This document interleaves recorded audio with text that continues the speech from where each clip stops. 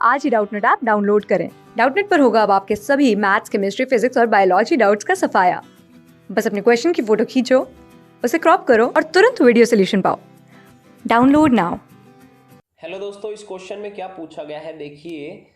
The incorrect stability order of +3 and +1 state of 13th group elements is. 13th group के element दे रखे हैं, ठीक है। तो पहले हम देखेंगे 13th ग्रुप क्या होता है, जिसके अंदर मतलब कौन कौन से एलिमेंट होते हैं। Okay guys, boron, aluminium, gallium, indium and thallium.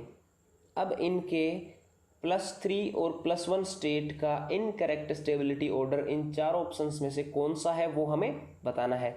तो इनके ऑक्सीडेशन स्टेट स्टडी करने से पहले हमें इनके atomic number and electronic configuration पता होनी चाहिए। तो देखिए, बोरोन होता है उसका एटॉमिक नंबर 5 होता है, एल्यूमिनियम का 13, इसका 31, इसका 49 और जो थैलियम है उसका 81। तो गाइस, इनके इलेक्ट्रॉनिक कॉन्फ़िगरेशन अगर मैं लिखता हूँ तो कितना आता है इनके सबके इलेक्ट्रॉनिक कॉन्फ़िगरेशन। देखिए, जो बोरोन है, बोरोन का क्या हो जाएगा 1s2 2s2 एंड 2p1, क्योंकि इसमें 5 इलेक्ट्रॉन है टोटल।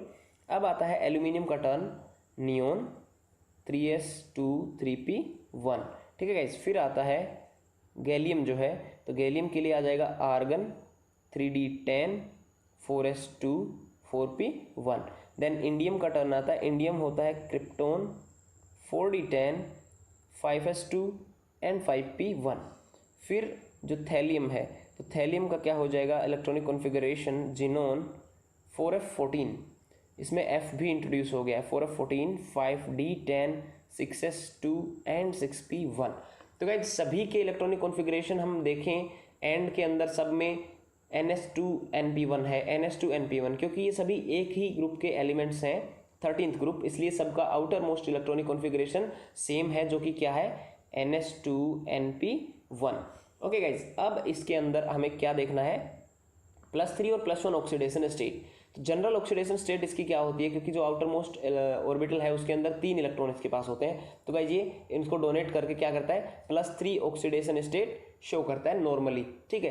अब ग्रुप के अंदर प्रॉपर्टीज़ क्या होती हैं गाइज, चेंज होती रहती हैं, कुछ एक्सेप्शंस होते हैं।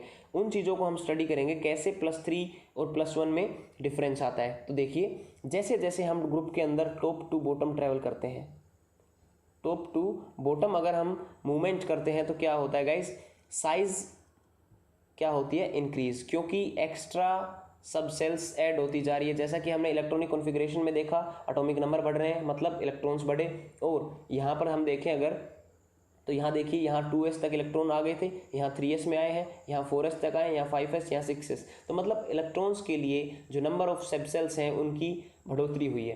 तो यहाँ पर साइज़ क्या हो गई, इंक्रीज। ओके, तो टॉप टू बॉटम जैसे ही हम गए तो साइज़ इंक्रीज हो गई। अब यहाँ पर क्या होता है चेंज, जैसे जैसे साइज़ इंक्रीज होती जाती है। तो गाइज 3s2 हो गया था यहाँ पर 3p1, फिर 4s2 4p1, फिर 5s2 5p1। तो यहाँ पर डी और एफ के जो ऑर्बिटल थे वो भी अंदर इंट्रोड्यूस हुए थे, ठीक है गाइज। तो जैसे हमारी ये न्यूक्लियस है, मानो अब न्यूक्लियस है, तो यहाँ पर हमारे ऐसे ऑर्बिटल्स हैं सभी, ठीक है।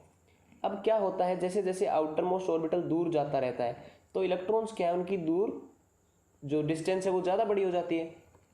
सो क्या फ़र्क पड़ता है गाइज, जो बीच वाली जो हमारी सब सेल्स हैं उनकी पुअर शील्डिंग के कारण ये जो इलेक्ट्रॉन्स हैं बीच वाले, मतलब यहाँ इसमें देखिए जो थैलियम या फिर इंडियम है, ये ज़्यादा टेंडेंसी शो करते हैं इसकी।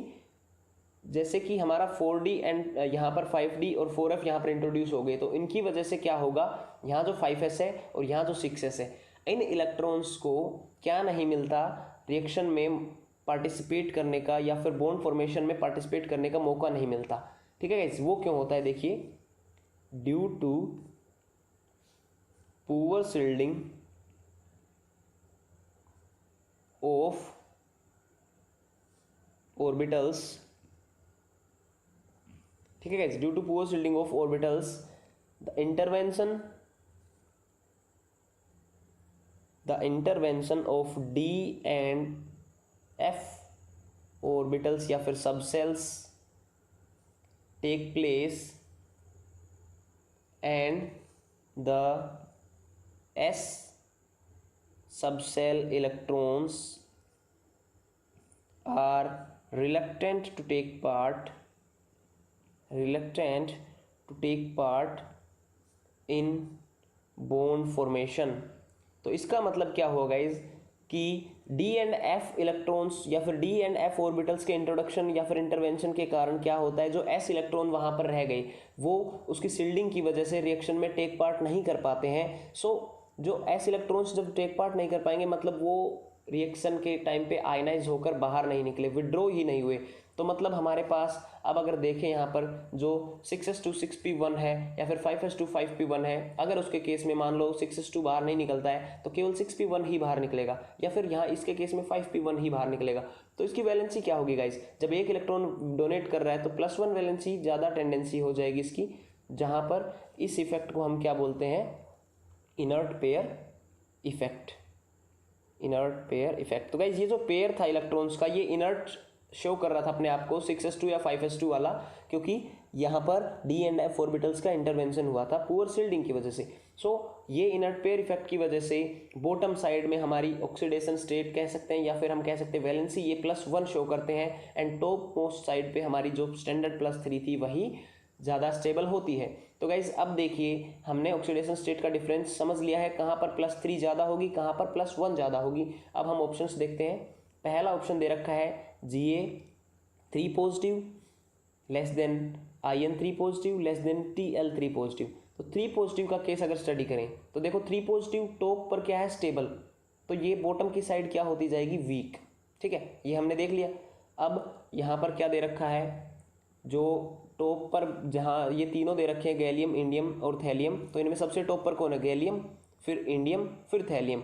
मतलब थैलियम की सबसे कम होनी चाहिए थी क्योंकि +3 बोरोन की सबसे ज़्यादा स्टेबल है और थैलियम की सबसे कम, तो थैलियम की यहाँ पर बोला गया सबसे ज़्यादा स्टेबल है, तो ये गलत हो गया क्योंकि थैलियम की होनी चाहिए थी सबसे कम, +3 की बात हो रही है, तो ये हो गया हमारा पॉइंट गलत, ए वाला। ठीक है गाइस, यहाँ पर हमने क्रॉस लगा लिया। नेक्स्ट आता है Tl positive greater than Tl3 positive.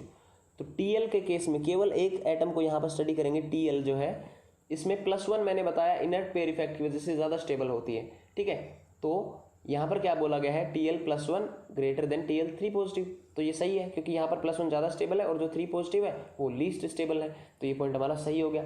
फिर आता है Ga positive less than In positive less than Tl positive. तो यहाँ पर इन तीनों का कंपेरिजन करेंगे, गैलियम, इंडियम और थैलियम का। अब इसके अंदर +1 की बात हुई है यहाँ पर, तो देखो मैंने बताया था कि इनर्ट पेयर इफेक्ट जो है वो +1 शो करता है ऑक्सीडेशन स्टेट या फिर वैलेंसी, और वो थैलियम में सबसे ज़्यादा होता है और बाकी में ऊपर जैसे ट्रैवल करते हैं तो कम होता जाता है। ठीक है गाइस, तो यहाँ पर देखिए वही दिखाया गया है कि थैलियम का सबसे ज़्यादा है, इंडियम का उससे कम है और गैलियम का उससे कम है, +1 ऑक्सीडेशन स्टेट, तो ये सही हो गया। फिर आता है गाइस गैलियम के केस में +3 ज़्यादा स्टेबल है एंड +1 कम स्टेबल है। तो देखिए बिल्कुल सही बात है क्योंकि हमने बताया था कि इंडियम और थैलियम के अंदर +1 का जो इनर्ट पेयर इफेक्ट है वो ज़्यादा काम करता है, बट गैलियम के केस में क्या है, गैलियम 31 पर जो है उसका केस में +3 ऑक्सीडेशन स्टेट ज़्यादा क्या है, स्टेबल। ठीक है, तो यहाँ पर क्या हो जाएगा, gallium +3 is greater than gallium +1, तो ये भी सही हो जाएगा। तो गाइस अब हमें पूछा क्या था, इनकरेक्ट स्टेबिलिटी इनमें से, तो पहला जो था वो गलत था और बाकी तीनों बी सी डी हमारे सही हैं। तो अगर इनकरेक्ट पूछा है तो हमारा आंसर क्या हो जाएगा, A is our answer. Thank you guys. Class 6 से 12 से लेके नीट, IIT, JEE मेंस और एडवांस के लेवल तक 10 मिलियन से ज़्यादा स्टूडेंट्स का भरोसा। आज ही डाउनलोड करें डाउटनेट ऐप या व्हाट्सएप कीजिए अपने डाउट्स 8400 400 400 पर।